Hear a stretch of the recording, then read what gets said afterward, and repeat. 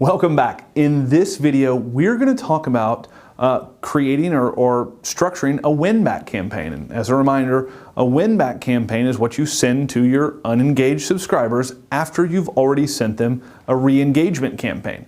Now you can see as we start to break down this email, the tone of the email is much different. It's going to be, we're going to take a little bit of ownership, a little bit of blame. We're going to go a little passive-aggressive. And at the end, we're going to deploy some scarcity, some urgency. We're going to give them a deadline.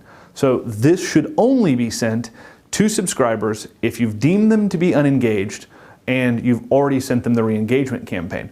Now, assuming we're both talking about the same people, let's dive in and take a look at this campaign and see what makes it different than the re-engagement campaign that we just talked about.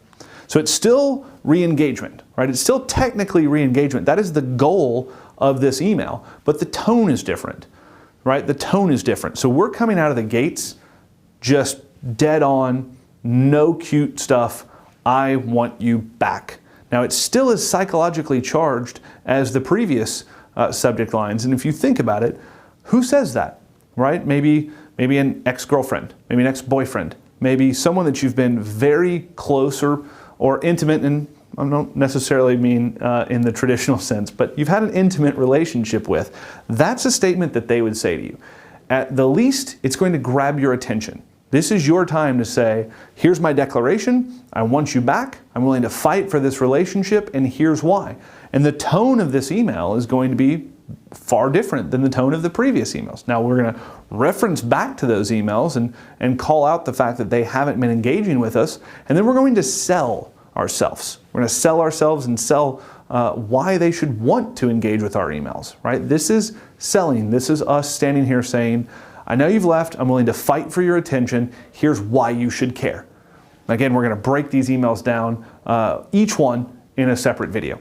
Now the next email, and we're not waiting at all, where we were taking a few days in between on the first set of each email. On this win back, we're going 3 emails, 1, 2, 3, real quick. So the second email, remember, we want to mimic a real relationship. So if we come to someone and say, listen, I'm sorry, I want you back, and that doesn't work, maybe the next thing we do is we buy them a gift, right? We show them a sign of our appreciation. We purchase something to show our intent and our dedication to winning them back. So here, I've got a free gift for you. Shh, it's a surprise. You're deploying curiosity into the surprise gift here. You're leveraging a gift. Everyone wants a gift, right? Everyone wants a gift. Now I'll tell you, if your gift is crap, if no one actually wants the gift you have, then you will expedite them to the end of the line. You can go ahead and stop talking about them. They will feel duped or tricked into opening the email if the gift that you're referencing is worth little to nothing to them. So make sure that if you're going to say this, if you're going to leverage the I've got a gift for you, that it's valuable. Right? It's a valuable gift. You'll see the one that we use at Digital Marketer when we break down that campaign. Now, if they're not, and just as a side note, remember, if at any point in time they're opening and clicking, they're done with this campaign. They've successfully re-engaged. Right? They've successfully re-engaged, and you don't need to continue with the campaign. So now we're gonna just come out and say it. Am I still welcome in your inbox? You can say, am I still welcome here? Am I still allowed to email you? Is it okay that I'm still emailing you? Right? The whole question is, am I welcome? Am I allowed? Are you shunning me? Right? Are you shunning me? Is it okay that I'm doing this? You need to ask them that question, because it's similar to someone saying, am I bothering you? Like, is it okay that I'm here? Is this bothering you? You're going to reply to that one way or the other. The goal of these subject lines is to grab their attention and get them to engage. Now, I'll tell you, and you'll start to see this when we break down the exact campaign, one thing that may happen is they engage by opening, and the click they make is the unsubscribe button. That's okay. That's okay. In fact, that's one of your conversion goals. I would rather them open the email and knowingly unsubscribe and get off the list so that I can focus on everybody else and stop annoying someone. I don't want to annoy someone that doesn't want to hear from me, and I don't want to get more aggressive as it goes if they know that they're not going to engage with me or my brand for whatever reason, right? It's okay. We all change our mind. We all move on. We all have things we need at a temporary spot in our life that we no longer need. To think that we as a brand or as a person is that important in our subscribers' lives, maybe a little much. We should build relationship, but we should be realistic about the relationship that we're building. So, am I still welcome in your inbox? We're then going to take a day off because now we're going to start to deploy some different levels of urgency. Should I unsubscribe you is the next email. Now, if your list doesn't know what unsubscribe is, you may want to change the phrasing, but you need to keep the messaging, right? Keep the intent of this messaging because it's called the takeaway, right? How many times have you heard someone say, well, you didn't want that until he was playing with it, especially if you have kids? How many times have you seen it? If you have multiple children at home, one child cares nothing about a toy until the other child starts playing with it. And then that's the most important toy the kid that was just ignoring it has ever wanted, has ever seen, and they have to have it right now. And it is consuming. It's the takeaway. They didn't want it when they could have it. Now that they can't have it, it's all they can think about. We're going to deploy the takeaway. Should I unsubscribe you? Should I take this away from you, knowing that yesterday there's a good chance that you didn't want it? It makes them open the email. It makes them reevaluate the relationship. That's all any of these are about. Get them to open the email.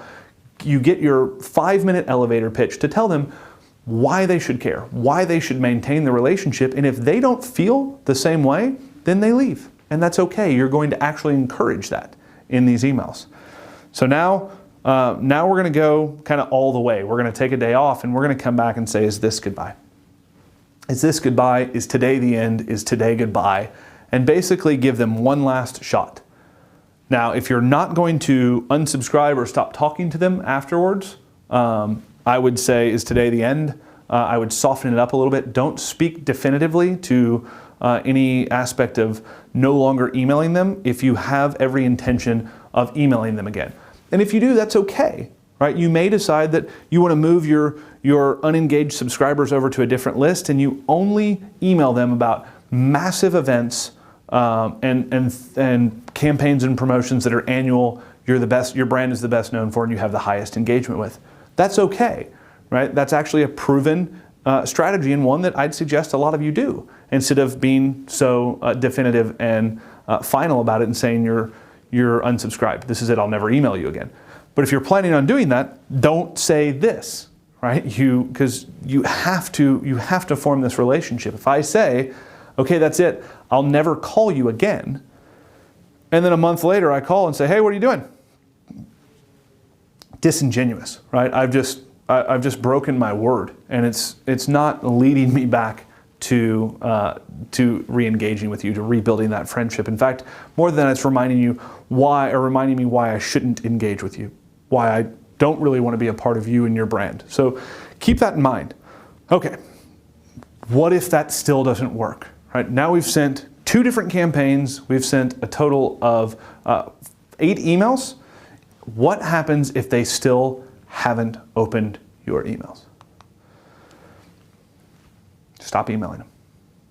You stop emailing them. That's it. Now, like I said a minute ago, you can move them over to a list or a structure in your email service provider. Maybe it's a tag, maybe it's a list where you don't email them nearly as often, but you shouldn't email them every day.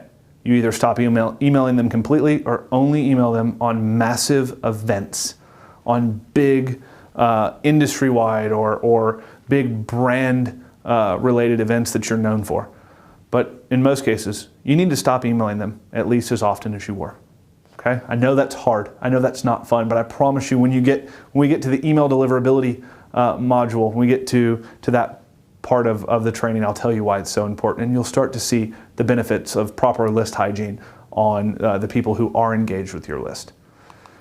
So in the next in the next video, we're going to dive into email copywriting, and this part is really, really fun. So I'm looking forward to that, and I'll see you in that video.